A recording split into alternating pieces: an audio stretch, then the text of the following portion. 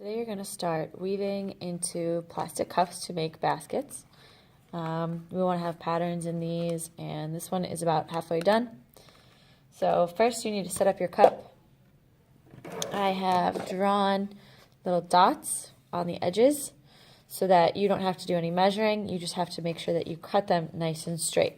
You're only going to get one chance to do this the right way, so make sure you take your time, you're careful, and your lines are very straight.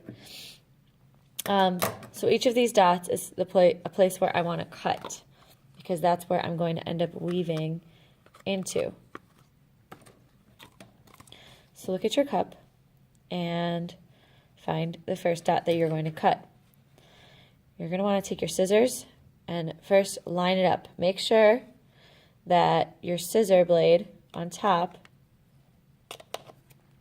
is not going to be crooked, cutting in a diagonal line. We want it to be as straight as we can, perpendicular to the top of our cup.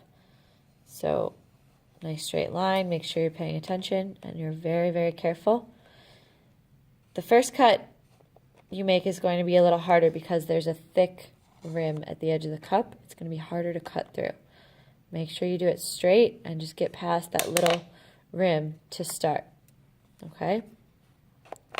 Realign your scissors, make sure they're nice and straight, and try to make as few cuts as possible. So if I can, I'm going to get my scissors up there so that I only have to make one cut all the way through to that line at the top. Stop there. Don't cut all the way through to the bottom. We want to keep that intact. All right, so I've got my first straight line, straight cut going from bottom to top. This is a really good cut because the edges are smooth. I don't have any crazy ridges because I made multiple cuts where I have little loose pieces hanging off inside. We want it to be nice and smooth so that our thread doesn't get caught when we go to wind it through here. All right, so taking your time, lining it up, carefully do that to every dot on the cup. There should be 1, 2, 3, 4, 5, 6, 7. Needs to be an odd number for this to work, so make sure you get all 7 of them in there. If you need to cut multiple times, that's okay. Just try to make sure that you do it nice and straight. And if you do get one of these little, I don't know if you can really see that, but those little plastic things hanging off, try to very, very carefully, without cutting a chunk out of it, get it off there. Because we want nice smooth edges. Making just one big cut instead of a bunch of little cuts will help you do that. Making sure it's really straight. Okay? Be careful on this last cut because your cup is very loose and bendy now. Make sure you're holding on to that last solid part that you have. Nice and sturdy.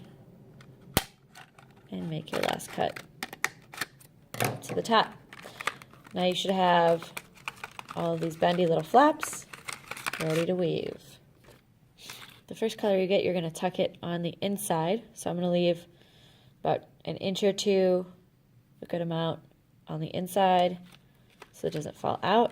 And I'm just going to push it down into my cup on my first little notch. All right, and without pulling that out, we're going to start weaving. The pattern you have to remember to weave is over, under, over, under, over, under, over, under. And it keeps going like that. So get your first guy situated in there. You might need to hold it down to start. And I'm going to take my thread, my yarn, and go over this first flap. Then I need to go over or under the next one. So over, under. You can pull it back, put it behind to make it go under. Then over, under, over, under. Ooh. If your yarn gets caught on those little loose plastic pieces, just try and push it down. And each of these, each time I weave, I'm going to make sure that I'm pushing my yarn down or pulling on it so that it comes down to the bottom. And the more you do, the easier it'll be to push it all down. When you start, it looks kind of messy, but then when you get far enough, it starts looking pretty awesome. All right, be careful with your cups, don't break them because you only get one. When you're ready for a new color, because your string is getting pretty short, don't let it get too short because you need room to tie. You're going to come over to the box and you're going to measure 2 arm lengths of yarn. So I've got red, orange, yellow. I'm going to go back to orange and then red again for my pattern. You could do red, orange, yellow, or you could do it forwards and then backwards like I'm about to do, as long as it's a pattern with 2 or 3 colors. So I would take my orange string and I would pull it on my arm like this and measure my arm twice so that that measurement is at the bottom of the box. Cut it at the bottom of the box, not the top because we don't want it falling in there. And then your string is ready to tie on. Hopefully you already know how to tie a knot, but if not, I'm going to teach you how right now. So with your 2 colors, make an X, and then take the color that's underneath, so that would be yellow, and put it over top again. Okay, so they're attached. And that's 1 knot. Now we need to do it again and pull them together to make it secure. So I'm going to make an X again, put 1 through, and then I'm going to try and pull all 4 of these strings at once. So I've got these fingers on the ends, and then I'm going to grab these also and pull it tight. All 4 strings nice and tight. It's okay if we have these loose ends. We're just going to weave through. We'll worry about trimming off all these extra pieces at the very end. And then you just keep weaving as normal. Try to keep them on the outside so they're easier to get to when you're finished. And the yellow will just turn into the orange or whatever color you chose next. And just keep weaving along.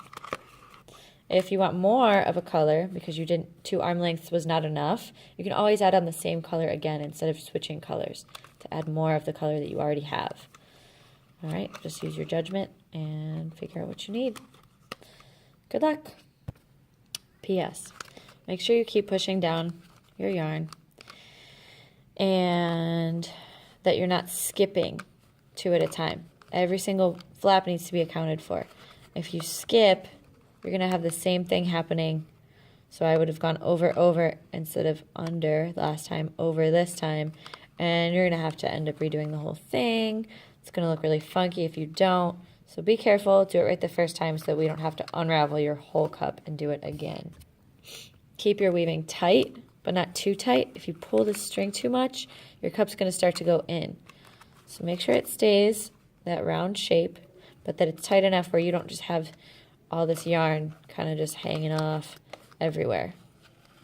All right, make sure you pull it tight on each one as you go, but just not so tight that it comes in on itself, okay?